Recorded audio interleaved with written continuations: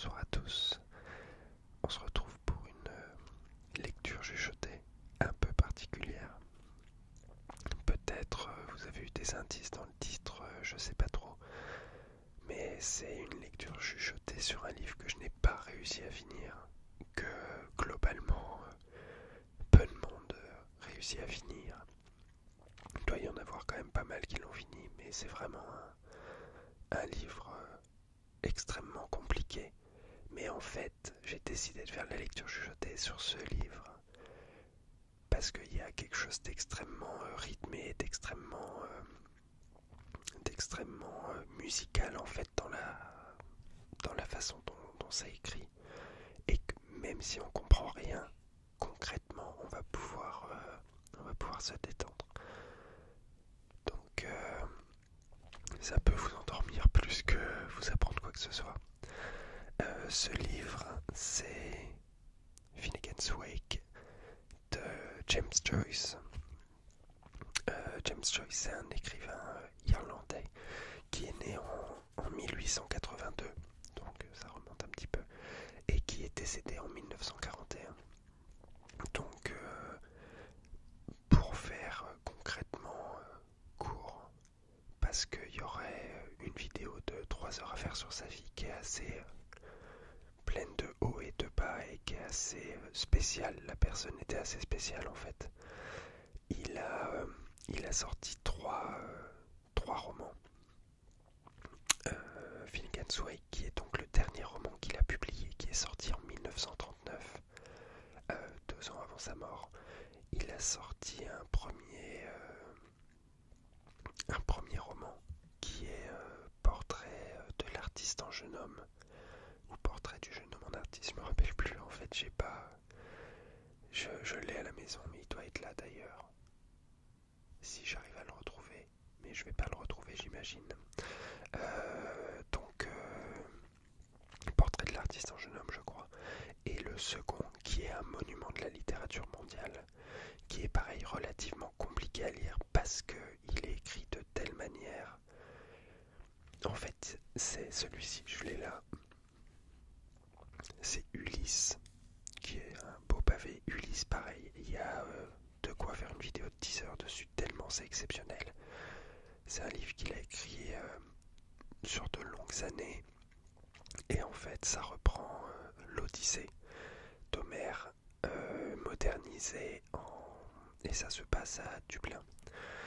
Et en fait on suit un personnage qui est Léopold Bloom, un marchand, durant toute une journée. Donc c'est une forme d'Odyssée, sauf qu'en fait chaque chapitre est écrit d'une façon différente, avec un mode d'écriture qui est différent, c'est-à-dire il y a des chapitres qui sont écrits en tutoiement, il y a des chapitres qui sont écrits en flux de conscience. En fait c'est quelque chose qu'il a repris d'un écrivain français qui s'appelle Alexandre Jardin, je crois. Non, attendez, je vais me tromper parce que Alexandre Jardin, je crois que c'est un récent et qui n'a rien à voir. Jardin ou du jardin, ouais. Et donc en fait c'est vous avez des phrases, une narration normale, et dans la narration normale vous avez en même temps en fait les réflexions de la personne du narrateur, enfin de la narration est à la troisième personne, et vous avez les réflexions à la première personne du personnage dont on parle. En l'occurrence, ce personnage-là dans Ulysse, c'est Stéphane Dédalus, qui est l'alter ego de James Joyce. Et donc après, il y a plein de formes différentes. Il y a des formes, c'est écrit comme des brèves de journal. Il y en a un, c'est écrit comme des petites annonces. Il y en a un, c'est écrit sous la forme d'un roman érotique. Enfin, il y en a, c'est écrit sous la forme de didascalie, comme si c'était une pièce de théâtre. Enfin, c'est franchement hallucinant. Il y a une construction qui est folle. L'histoire qui est en soi suivre une personne pendant 24 heures est magistrale. Et en fait, à Dublin, il y a le Bloomsday, qui est donc la journée de Léopold Bloom, où tous les jours, depuis je sais pas combien d'années, un paquet d'années, on suit le parcours de Léopold Bloom dans Dublin. Et c'est une grosse fête, il y a énormément de monde. Enfin, je veux dire, je trouve ça assez exceptionnel qu'à partir d'un livre qui est assez compliqué, qui est considéré comme un livre compliqué réellement, on a parfois du mal à comprendre ce qui se passe, et ça est terminé en célébration quasi nationale. James Joyce, ça reste un des auteurs les plus connus d'Irlande, avec Samuel Beckett et T.S. Eliot. Je crois qu'il était irlandais aussi, qui était un poète. Donc voilà, Ulysse est exceptionnel. Finnegan's Wake, c'est Ulysse puissance 10 000 en fait. C'est quelque chose qui est censé être lu. En fait, James Joyce disait que pour lui, le lecteur idéal, ce serait en fait un insomniaque qui, une fois terminé le livre, le recommencerait parce qu'en fait, le livre termine sur la première phrase du livre. Et en fait, c'est une boucle. Et je vais vous lire un résumé que j'ai trouvé sur Wikipédia. Je sais pas s'il y en a un ou deux du livre. Je vais vous lire les deux. Ça peut mettre dans l'ambiance ou pas en fait. Donc la vision de l'histoire proposée dans ce texte est très fortement influencée par Guillaume Battista Vico et la métaphysique de Giordano Bruno. Voilà, on commence à poser les bases, ça va pas être le truc le plus soft qui soit. Donc la métaphysique de Giordano Bruno est importante pour les interactions entre les personnages. Vico a proposé une théorie cyclique de l'histoire dans laquelle les civilisations naissent du chaos, passent par des phases théocratiques, aristocratiques puis démocratiques et retournent ensuite au chaos. Les exemples les plus évidents de l'influence de cette théorie de Vico peuvent être retrouvés dans les phrases de début et de fin du livre. En d'autres termes, la première phrase commence sur la dernière page ou la dernière phrase se termine sur la première page, faisant ainsi du livre un cycle. En fait, c'est ce que je vous ai dit, Joyce a dit que le lecteur idéal du livre serait celui qui, souffrant d'une insomnie idéale, terminerait le livre pour aussitôt retourner à la première page et entamer ainsi un cycle de lecture sans fin. Ça a été traduit en français, ça a pris des années à être traduit en français. Et ça a été traduit malgré tout dans les années 80 je crois. Donc le livre est sorti en 39. Et voilà, on va lire ça. Il y a un fait marquant, marrant en fait, qui est qu'une des phrases du livre a servi à nommer en fait un élément de la physique nucléaire qui sont les quarks. Et dans le livre, c'est chanté par un chœur d'oiseaux et que ça signifie 3 acclamations pour Monsieur Mark. Et en fait, je ne sais pas pourquoi, la phrase 3 quarks for Mr. Marks a été utilisée pour nommer les éléments de physique nucléaire. Donc potentiellement, on peut se dire que c'est un livre destiné aux universitaires parce que James Joyce a dit clairement qu'avec ce livre, il donnait du travail aux universitaires pour des décennies et des décennies, pour des ingénieurs en physique nucléaire qui décident de s'amuser et de nommer des éléments d'après le nom d'un livre illisible. Et voilà, donc si un jour vous voulez tenter l'expérience de James Joyce, lisez Ulysse et commencez à la rigueur par un portrait de l'artiste en jeune homme, qui est beaucoup plus accessible. Et après, il y a aussi des courts récits. Il y a Dubliner, qui est un récit sur les gens de Dublin, qui est un de ses premiers récits aussi. Et si vous voulez vous faire mal, lisez Finnegan's Wake, ou alors si vous voulez vous endormir, je crois que j'ai pas dépassé 50 pages. Mais j'en reviens à ce que je vous disais. Concrètement, j'en fais la mise au point. Vous m'excuserez si c'était flou. Concrètement, c'est extrêmement chantant, c'est extrêmement mélodique, musical. Donc, je vais vous relire ça. Je vais vous lire aussi la 4e de couverture qui peut être intéressante. Traduit pour la première fois dans sa version intégrale, donc là c'est dans les années 80, Finnegan's Wake, œuvre rebelle, s'exprime par épiphanie telle que définie dans Ulysse. C'est-à-dire ces instants où les mots comme des photons reconstituent la figure d'interférence, visible seulement dans sa frange brillante. Pour certains, la révolution est à peine suffisante. Ils partent, hantent les asiles dont ils font une bibliothèque, habitent les prisons où flotte le feu de leurs rêves, créent un pseudo-langage qui n'est plus entendu mais reconnu de leur seul semblable, errant jusqu'à l'inconsistance. Voilà, en fait oui, un truc que j'ai pas précisé, c'est que James Joyce a mélangé en fait plusieurs langues dans le livre. Il a mélangé plusieurs langues et ce qui fait que ça complexifie le tout. Voilà, j'espère que vous allez bien profiter. Finnegan's Wake par James Joyce.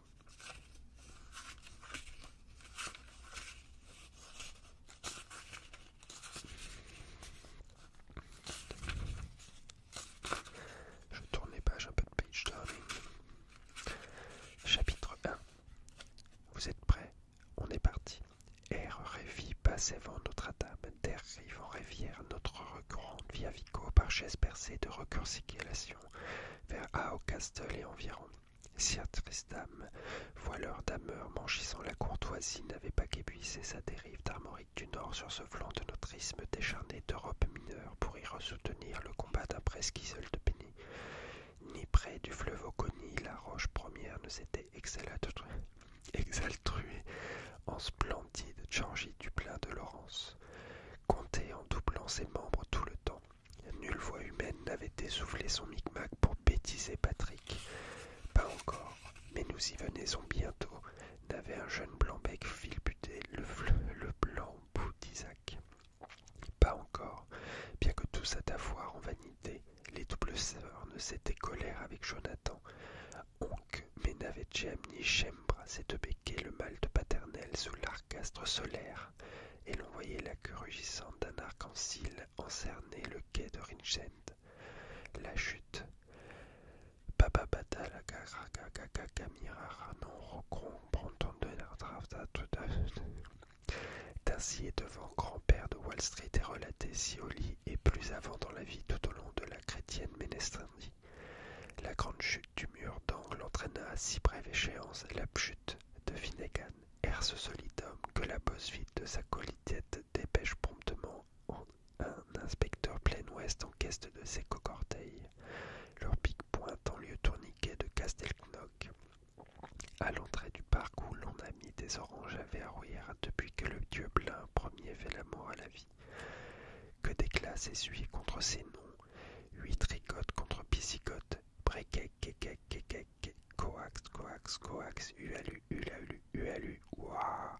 Les partisans de Bad B. Badler sont encore de sortie pour mathématiser Moloch McCrane et les Verdun catapellette, la camibalistique déversée par les White Boys du Cap Hot.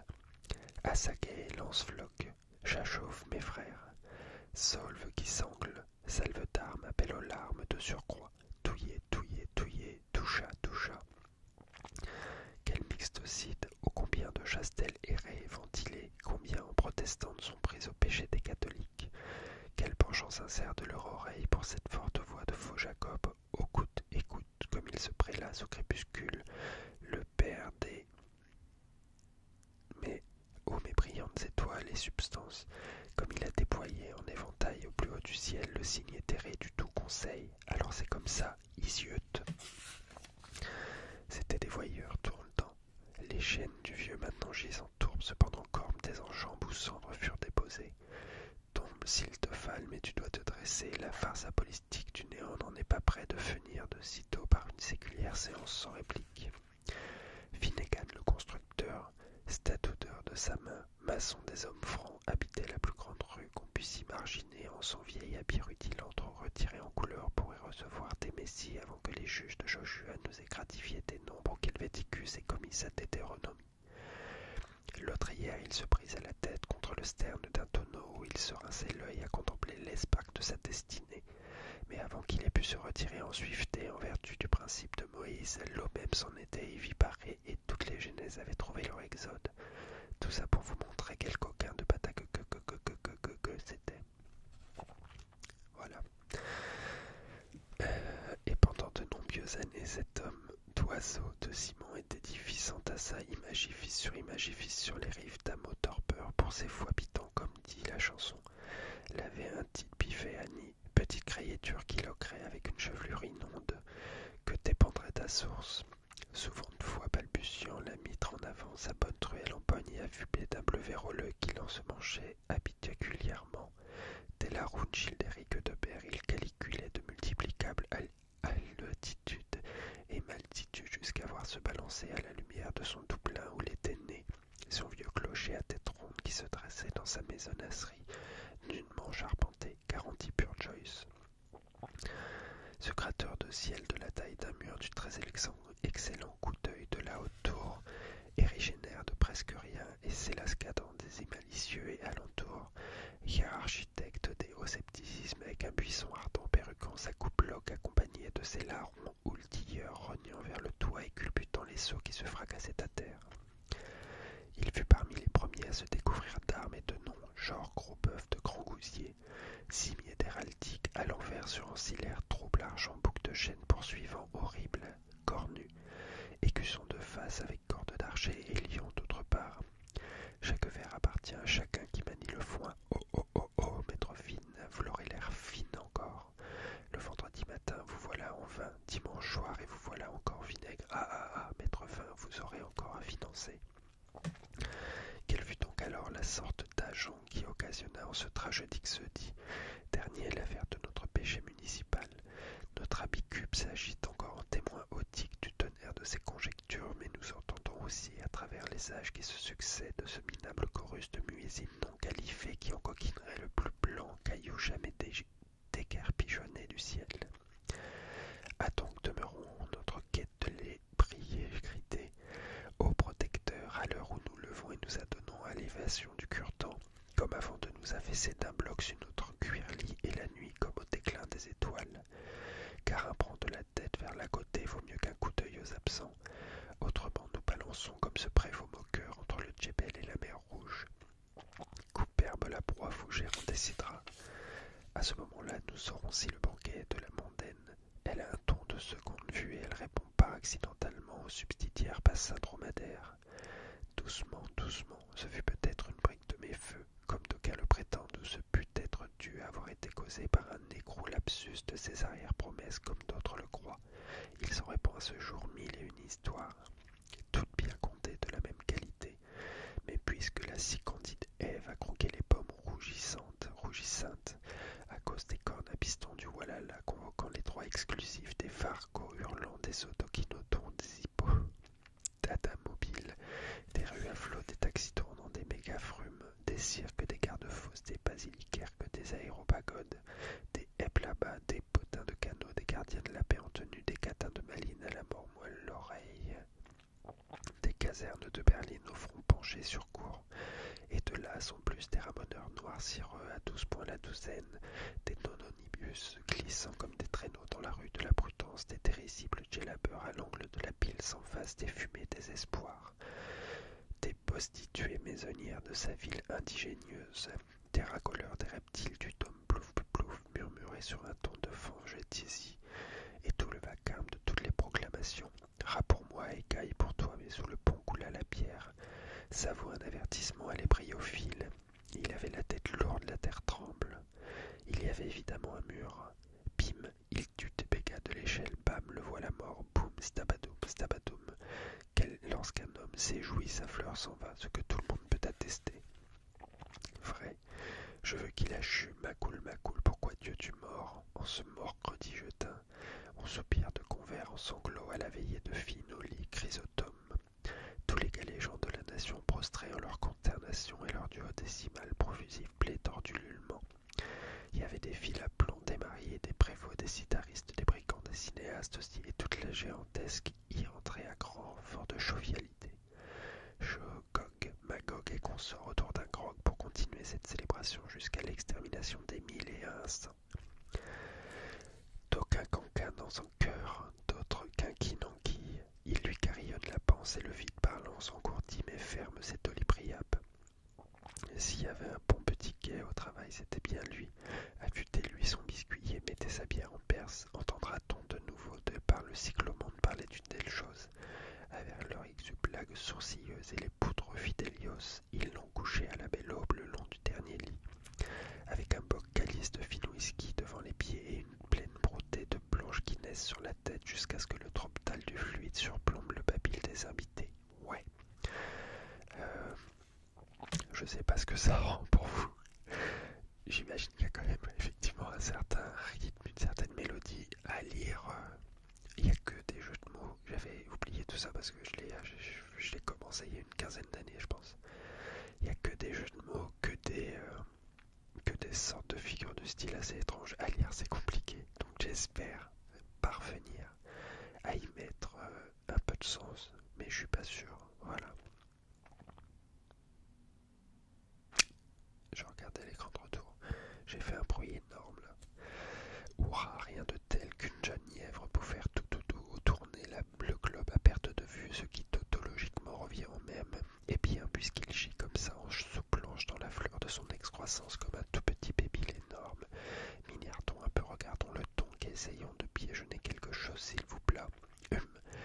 Il s'exintule calmement de Chapelizod à Belwick, soit du centre-ville à la périphérie, soit du près des berges jusque vers la colline de Haute, soit du pied en cap à l'œil hérité, et tout le long parcourt de fjord en fiole, le pleur roulé au bois et ses baies au vent jupé.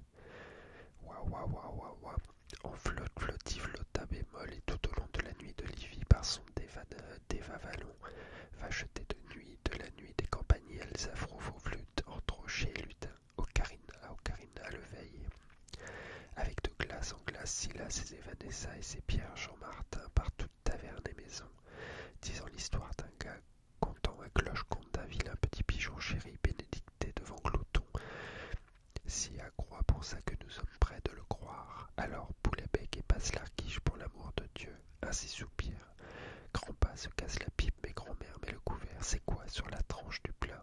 Fine bouche en pied, qu'est-ce que sur sa tête poêlangère? Une miche de pain du garde-chanté des Kennedy, et ça accroché au houble de sa couale.